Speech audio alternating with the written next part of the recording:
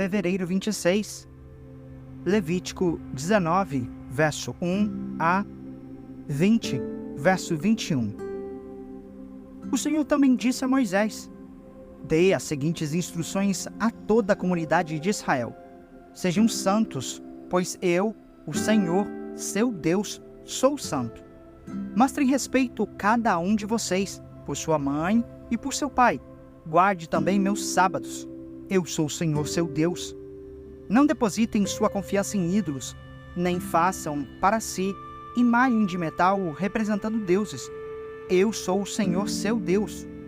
Quando sacrificarem uma oferta de paz ao Senhor, apresentem-na de forma apropriada para que sejam aceitos. Comam o sacrifício no mesmo dia em que oferecerem, ou no dia seguinte. O que restar até o terceiro dia será completamente queimado. Se algo do sacrifício for comido no terceiro dia, estará contaminado e não será aceito. Quem o comer no terceiro dia será castigado, pois contaminou aquilo que é santo ao Senhor, e será eliminado do meio do povo. Quando fizerem a colheita de sua terra, não colham as espigas nos cantos dos campos, nem apanhem aquilo que os ceifeiros deixarem cair. O mesmo se aplica à colheita da uva. Não cortem até o último cacho de cada videira, nem apanhem as uvas que caírem no chão. Deixem-nas para os pobres e estrangeiros que vivem entre vocês. Eu sou o Senhor, seu Deus. Não roubem, não mintam, nem enganem uns aos outros. Não desonrem ao nome do seu Deus, usando-o para jurar falsamente. Eu sou o Senhor. Não explorem nem roubem o seu próximo. Não fiquem até o dia seguinte com o pagamento de seus empregados. Não insultem o surdo, nem façam o cego tropeçar. Temam o seu Deus. Eu sou o Senhor. Não distorçam a justiça em questões legais, favorecendo os pobres ou tomando partido dos ricos e poderosos. Julguem sempre com imparcialidade. Não vivam como difamadores no meio do povo. Não fiquem de braços cruzados quando a vida do seu próximo correr perigo. Eu sou o Senhor. Não alimentem ódio no coração contra algum de seus parentes. Confrontem sem rodeios aqueles que errarem, para não serem responsabilizados pelo pecado deles.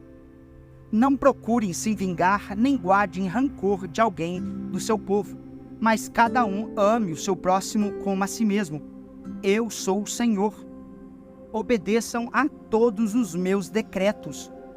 Não cruzem dois animais de espécies diferentes. Não plantem em seu campo duas espécies de sementes.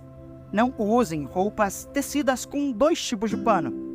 Se um homem tiver relações sexuais com uma escrava cuja liberdade não foi comprada, mas está prometida para ser mulher de outro, indenizará totalmente o senhor da escrava.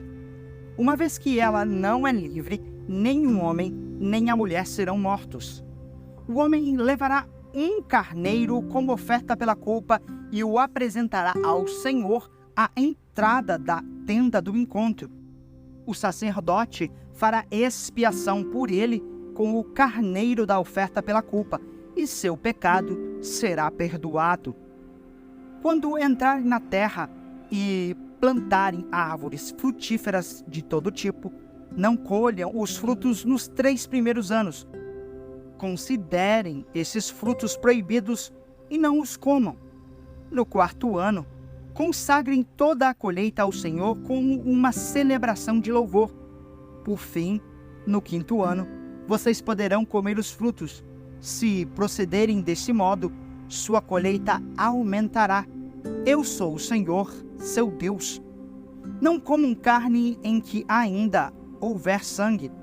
Não pratiquem adivinhação nem feitiçaria. Não cortem o cabelo dos lados da cabeça, nem raspem a barba rente à pele. Quando lamentarem a morte de alguém, Não façam cortes no corpo, nem marcas na pele. Eu sou o Senhor.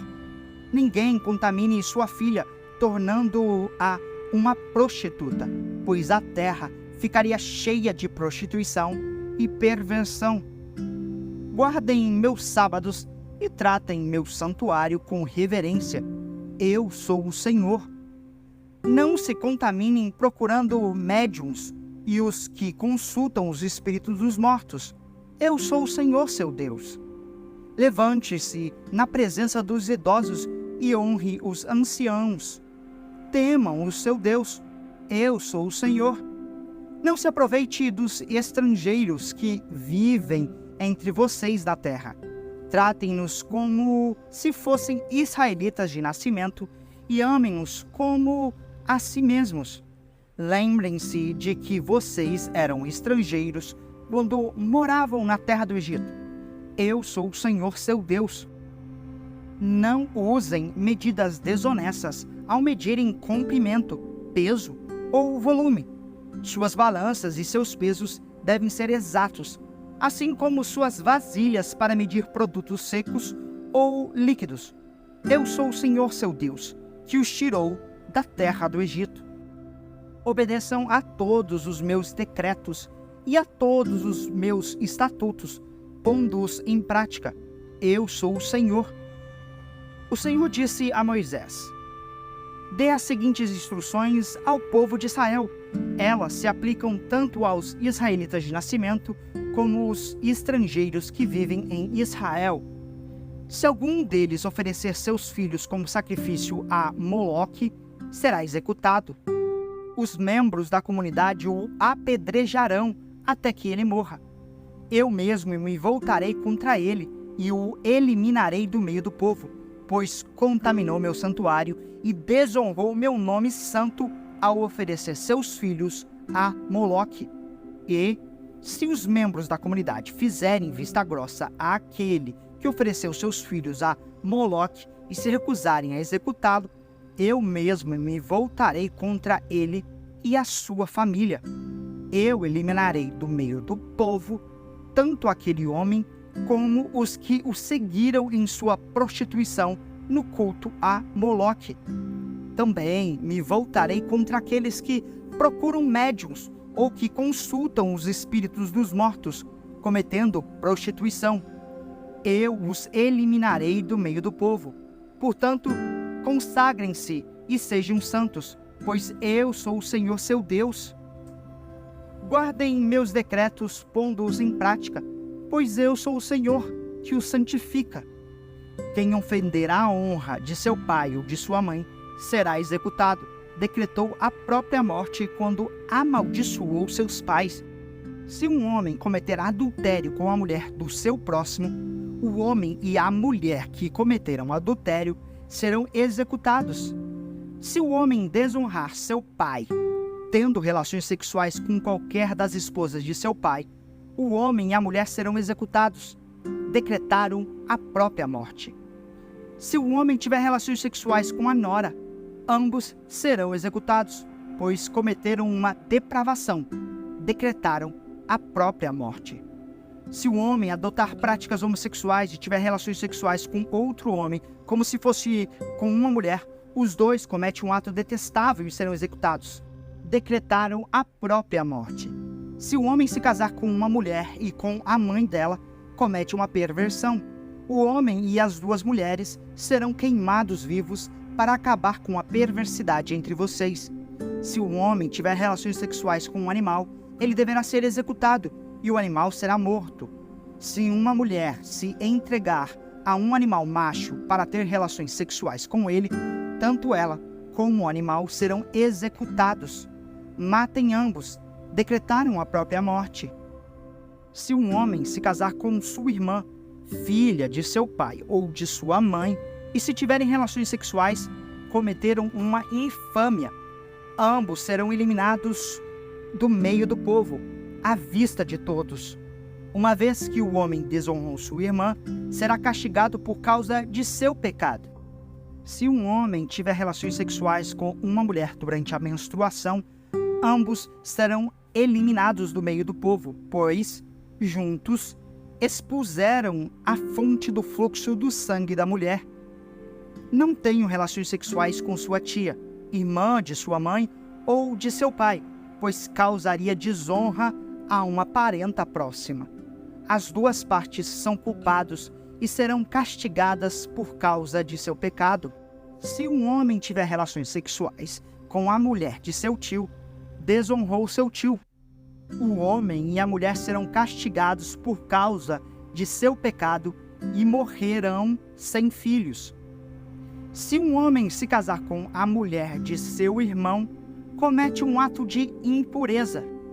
Desonrou seu irmão e o casal culpado ficará sem filhos. Marcos 8, versos 11 a 38. Alguns fariseus vieram ao encontro de Jesus e começaram a discutir com ele. Para pô-lo à prova, exigiram que lhes mostrasse um sinal do céu. Ao ouvir isso, Jesus suspirou profundamente e disse: "Por que este povo insiste em pedir um sinal? Eu lhes digo a verdade, não darei sinal algum aos homens dessa geração." Então ele os deixou, entrou de volta no barco e atravessou para o outro lado do mar. Os discípulos, porém, se esqueceram de levar a comida. Tinham no barco apenas um pão. Enquanto atravessavam o mar, Jesus os advertiu: "Fiquem atentos, tenham cuidado com o fermento dos fariseus e de Herodes." Os discípulos começaram a discutir entre si por que não tinham trazido pão. Ao saber de que estavam falando, Jesus disse: "Por que discutem sobre a falta de pão? Ainda não sabem ou não entenderam? Seu coração está tão endurecido que não compreenderam? Vocês têm olhos, mas não veem. Têm ouvidos, mas não ouvem. Não se lembram de nada. Quando repartiram os 5 pães entre os 5.000, quantos cestos cheios de sobra vocês recolheram?" 12, responderam eles. "E quando reparti os 7 pães entre os 4.000, quantos cestos grandes cheios de sobras vocês recolheram?" 7, responderam. "E vocês ainda não entendem?" perguntou. Quando chegaram a Betsaida, algumas pessoas trouxeram um cego a Jesus e lhe pediram que o tocasse. Ele tomou o cego pela mão e o levou para fora do povoado. Em seguida, cuspiu nos olhos do homem, pôs as mãos sobre ele e perguntou: "Vê alguma coisa?" Recuperando aos poucos a vista, o homem respondeu: "Vejo pessoas, mas não as enxergo claramente. Parecem árvores andando." Jesus pôs as mãos sobre os olhos do homem mais uma vez, e a sua visão foi completamente restaurada. Ele passou a ver tudo com nitidez. Então, Jesus se despediu dele e disse: "Ao voltar para casa, não entre no povoado." Jesus e seus discípulos deixaram a Galileia e foram para os povoados perto de Cesareia de Filipe. Enquanto caminhavam, Jesus lhes perguntou: "Quem as pessoas dizem que eu sou?" Eles responderam: "Alguns dizem que o Senhor é João Batista, outros que é Elias, ou um dos profetas." "E vocês?" perguntou ele. "Quem vocês dizem que eu sou?" Pedro respondeu: "O Senhor é o Cristo." Mas Jesus os advertiu de que não falassem a ninguém a seu respeito. Então Jesus começou a lhes ensinar que era necessário que o Filho do Homem sofresse muitas coisas e fosse rejeitado pelos líderes do povo, pelos principais sacerdotes e pelos mestres da lei. Seria morto, mas 3 dias depois ressuscitaria. Enquanto falava abertamente sobre isso com os discípulos, Pedro o chamou de lado e o repreendeu por dizer tais coisas. Jesus se virou, olhou para seus discípulos e repreendeu Pedro.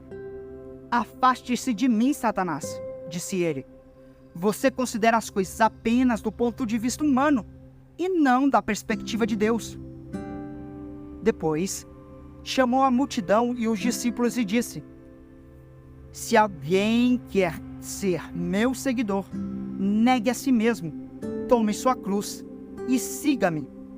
Se tentar se apegar à sua vida, a perderá, mas se abrir mão de sua vida por minha causa e por causa das boas novas, a salvará.